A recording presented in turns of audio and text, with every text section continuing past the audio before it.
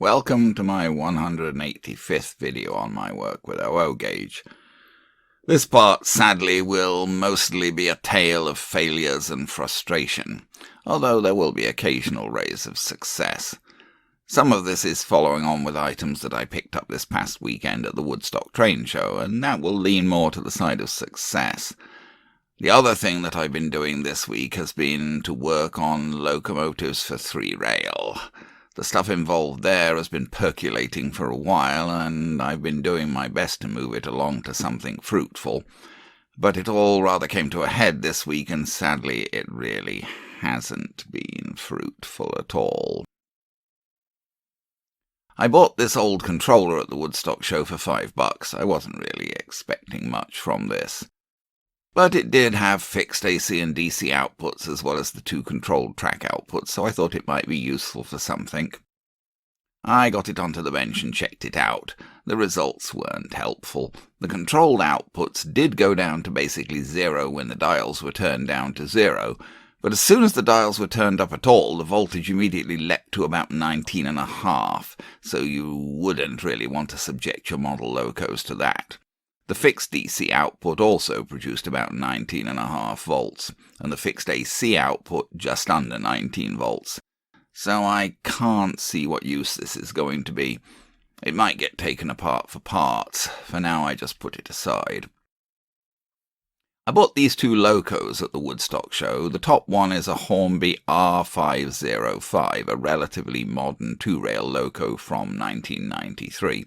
It was just serviced by Nigel of British Model Trains and is in good shape. I'll come back to that one in the future. The bottom one is a Dublo 3-rail A4 Silver King in BR livery. This looked to be in okay shape other than the fact that the body retaining nut was missing. I got it onto the bench to check it out. It actually ran fine, so I did try it on the track. It needed a fair bit of power, but basically was a decent runner. The problem for me is that I'm very much focused on pre-war LMS operations, and I don't really have any desire to run a Silver King in BR livery, so I'm not sure what will happen with this. I did indeed get messed around with a bit as part of the struggles that I'll show you later in this video, but it ended up back in good running order. I also picked up this Gaugemaster handheld controller at the Woodstock show. Just recently I picked up an old Gaugemaster panel controller from British Model Trains, and I made that into a handheld by fitting it into a potato salad box. That worked fairly okay, but it did have some odd habits. When first turned on, it supplied power to the loco even if the dial was at 0, and then it sort of stabilized itself after a few seconds so that the loco stopped when the dial was at 0. Then it operated okay for the rest of the session. It appeared that there was probably a voltage regulator that wasn't working as quickly as it should. Also, the potato salad box wasn't the most convenient thing to hold in the hand. I was using the accessory output of this MRC controller to power the Gaugemaster, as it was spec'd for 10 to 18 volt AC input. I connected the new controller up to the same input as it was similarly spec'd. It definitely fitted in the hand better. Also, it didn't have the odd habits of the other one.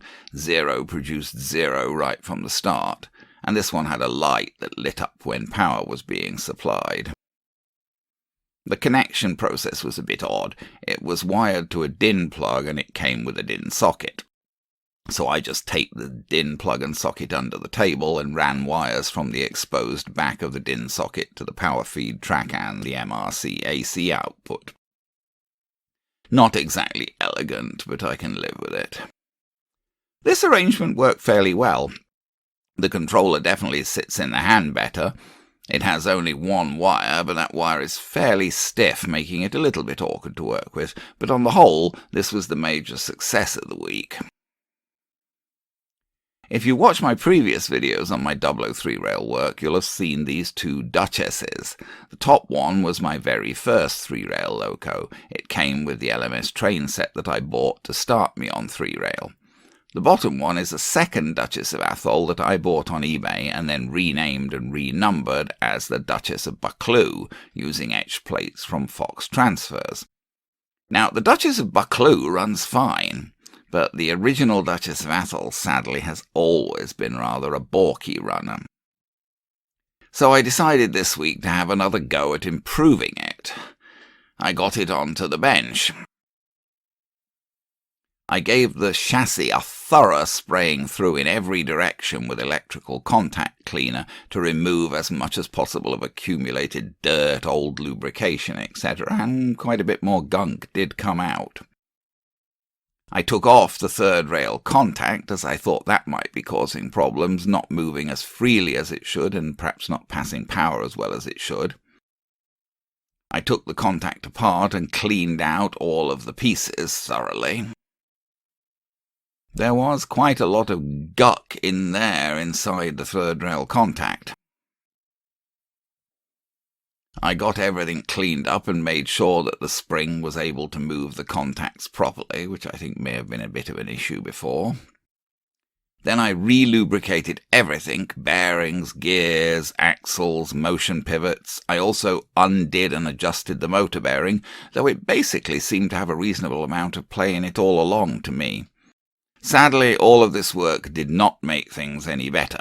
It still takes pretty much full power to get the loco running when it's assembled with its tender on the tracks. The motor has been remagnetized, and I've done everything that I can think of in the way of servicing, much of it more than once. At this point, I'm out of ideas on this one. I just don't know why it won't run better. And unfortunately, things didn't get any better from there this week.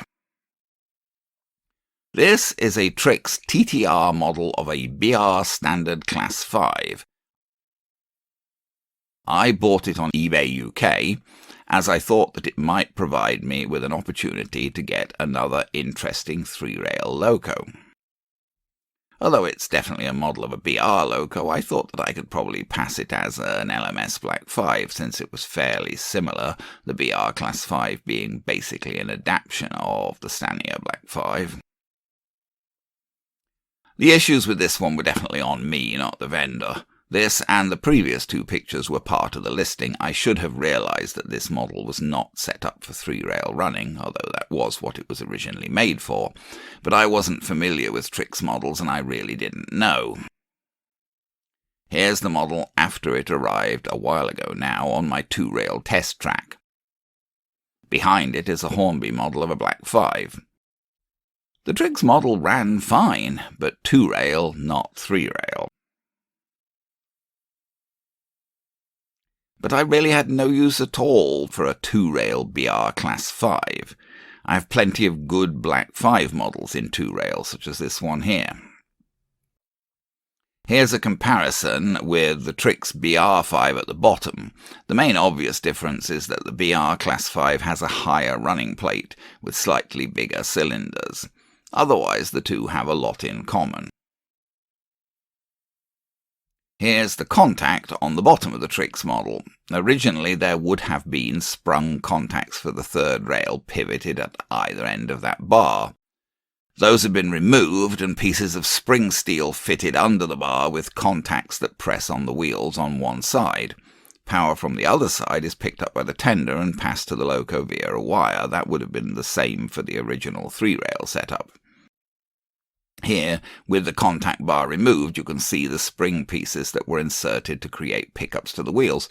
This was well done and it worked well, but it left me with a model that served me no useful purpose. I attempted to address this situation by buying another Trix TTR loco, with the intention of taking its third rail contacts and using them on the Class 5.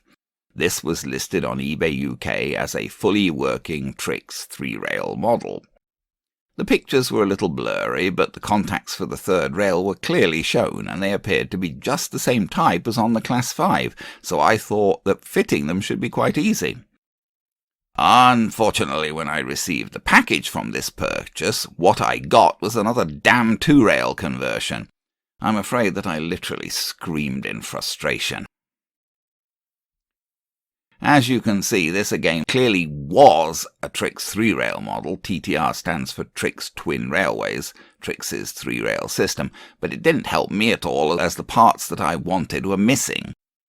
In this case, the fault was with the vendor, as the listing had clearly been for a complete and working three-rail model. I complained to the vendor, and I received a full refund and an apology, so I wasn't out of pocket. But I certainly was very frustrated. I had also, just as an additional thought, bought a spare Hornby third-rail contact, and that turned up later the same day. What you see here is the Trix Class 5 at the top and the Silver King at the bottom. When I first realised that the Trix model had been converted to two-rail, I tried to convert it back to three-rail by using brass strips under the ends of the contact bar, but third-rail contacts are actually a very delicate compromise. They must press on the third rail enough to maintain contact and pass power consistently, but they mustn't press at all hard or the wheels won't get grip on the outer rails. What is required is a very light, flexible spring pressure on the third rail, and that is not easy to improvise. I took the contact bar from the Trix model and put it over the top of the contact bar on the Silver King. The dimensions were quite similar, but the Trix bar was a little shorter, a little narrower, and quite a bit less deep from top to bottom. Also, the Trix bar used two holes for fixing screws, whereas the Hornby bar only had one hole in the middle. I took the contact bar off the Silver King and drilled holes in it, so that it could be used with the Trix screws and their holes. I then realised that I would also need to drill holes in the spring in order to use it. I did manage to fit the Hornby contacts to the Trix model, though I had various problems. The Hornby bar being wider initially fouled the gears on the side of the Trix model, and as seen here, the Trix screws initially protruded as I hadn't provided for countersinking. This was another attempt that I made, this time with the Hornby contacts in the Trix bar, but because the Trix bar was shallower, this didn't allow enough motion in the Hornby contacts. As I said before, getting working third-rail contacts is an extremely fiddly business.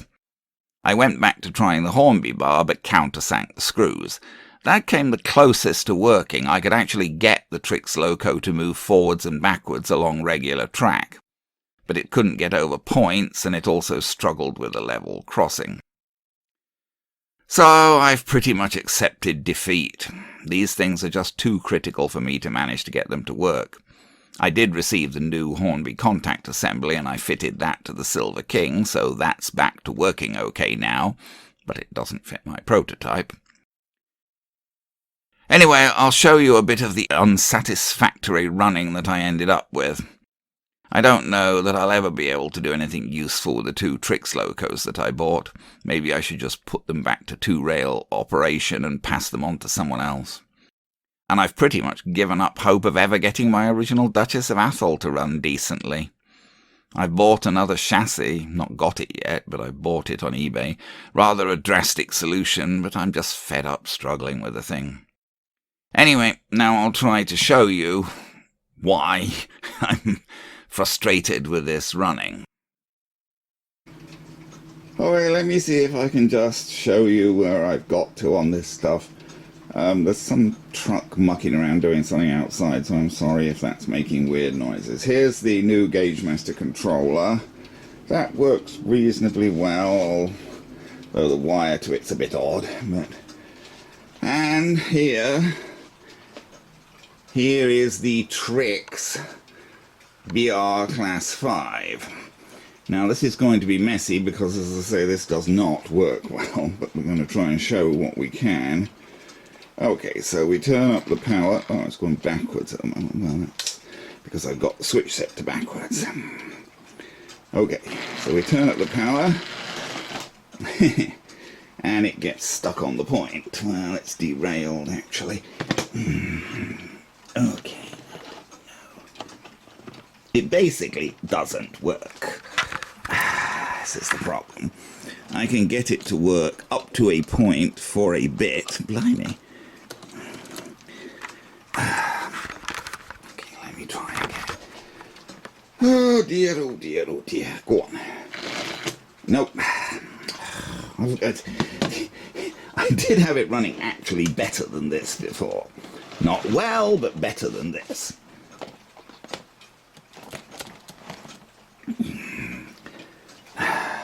I actually got it to go all the way around the layout. It always did get stuck on the level crossing here. I suppose I should zoom out a bit. Oops. Oh, now I derailed its tender trying to push it. Whoops. Ooh. Whoa. Now it's going to get... Oh, it got through that point. But got stuck on that one. As you can see, it's basically a useless exercise. It goes a bit, but it gets stuck on every point, basically. Yes. Well, I'm putting the controller down here because I have to keep pushing the loco. Oh, it's got totally... Oh, wait a minute. It's sort of got derailed on that point, but it's still getting power. Anyway, I mean, that's about it. I mean, if I reverse the direction on the straight and level track, I can get it... Famous last words. Get it to go backwards and forwards there. Generally, you can, but I mean, it's clearly basically a dead loss, and it's basically a dead loss because it doesn't have really functional third rail pickups. So, you know, it just derails or loses pickup all the time. Especially, it basically pretty much never gets over a point. Once in a while it might get over a point. Now it's on 40% power here, so it's not using massive amounts of power, but it's useless anyway. Okay, I give it.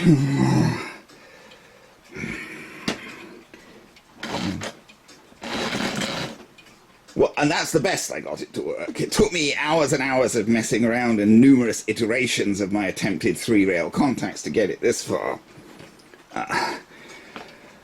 Oh dear. So, not a success. And I don't know, you know, that's what it's got on it now. It's got like basically an adapted Hornby contact. Ooh. So we've taken that off the track for now, and we got the power set down to 0. The other thing I spent large amounts of time mucking around with this week is the old Duchess of Asshole there. So we'll set the point back to that, and we'll see if we can persuade that to do anything. Now that is an actual Hornby loco. It's not quite as bad as the Trix.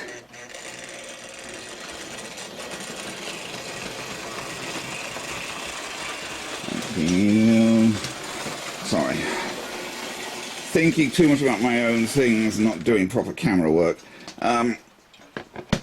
It did move, it did come, that was mostly nearly full power, but I've got to put this point back, otherwise we're going to derail when we hit the point.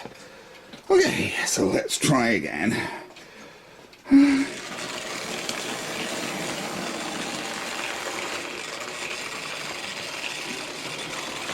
Actually, that's not in fact full power, that's actually only 60%, so arguably that is actually a little better than it was. That's 60% power basically on this new Gauge Master controller. It's not exactly going very fast, but I mean it's probably a bit better than I could do at 60% power. But see, now it's slowing down again. I'll put it up to 70% power. It's not much of a runner. That's 70% power, and it's sort of running. I mean, it's an actual Hornby loco, so I mean, it's not getting stuck on every point and whatever like the Trix was, but it's maybe a hair better than it was before my latest round. Oh, I think it's derailed. That sounded like a derailment, didn't it? Maybe it derailed and then got itself railed again. That point down that foot, not that one. See, it's odd. There's no reason why that point should be any better than the other one, but that point that it's coming up to now is the worst point on the layout. I don't know why, but it causes more derailments than anything else.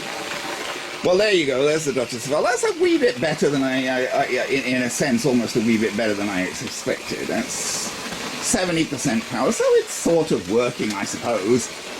I mean, it's working as well or possibly better than it was when I first got it, but I still wouldn't call it a good runner. honestly. Let's just stop it there a minute. Let's put it back into its siding. And actually, this is going to be even harder because it's even more dubious about running in reverse than it is running forwards, generally speaking. Oh. Yeah, that's full power and it's not running in reverse at all. I don't know why it really hates running in reverse.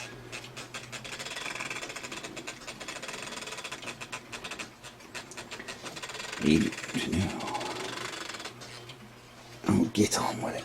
See, yeah, so it barely runs in reverse at all.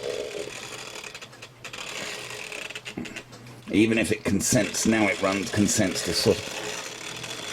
Okay, and we'll turn the point. We'll stop it by turning off the point.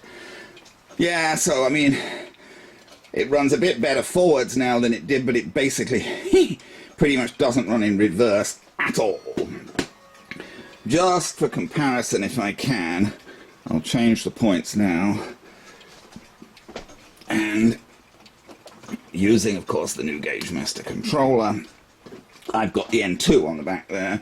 I'm not too sure whether those wagons will stay joined up, but of course we're still backwards because I had it on backwards and I didn't change it.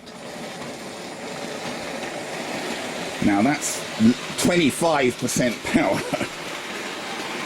That's running on 25% power, so I mean there's a massive difference in terms of, you know, performance. Yeah, well, 28% maybe, it's under 30% power, that's under 30% power. So this is just, I don't know, Murphy's Law, or Sod's Law or whatever. The N2, which is the least appropriate loco I've got pretty much to my prototype, is the best running loco I've got. Oh well, what can you do? Oh, just for completeness, while we're talking about things, here's the Silver King.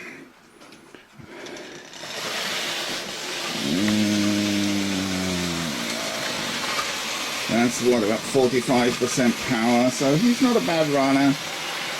I think actually arguably the new 3-rail pickup that I put on him, he's now got the new 3-rail pickup on the one he came with, and I think the original one might have been better. He tends to hesitate perhaps a little on the points with this one. But you know, that's 45% power, so he's not a bad runner really. Just not a model I much have a lot of use for really. So I don't know quite what's going to happen with this guy either. Interesting sort of model in his way. And he's not what you call a smooth runner exactly, but I mean he runs with not an awful lot of power. Oh, the other thing is he's magnetized backwards. He's magnetized backwards. I'm running him forwards there, but I've got the switch set to reverse because you have to. He's been remagnetized at some point and they've magnetized him backwards. So when you've got the power set for normal Hornby locos to go forwards, he goes backwards, and so you have to set the power backwards to make him go forwards. He's got the four-wheel, the bogie tender. His tender has 2 bogies, and it's like the corridor tender they used on the A4s. But anyway, so there you go. Another loco, but not really one that fits my prototype. Certainly not in BR livery, but even in LNER livery. So, not the world's most successful week, but what can you do?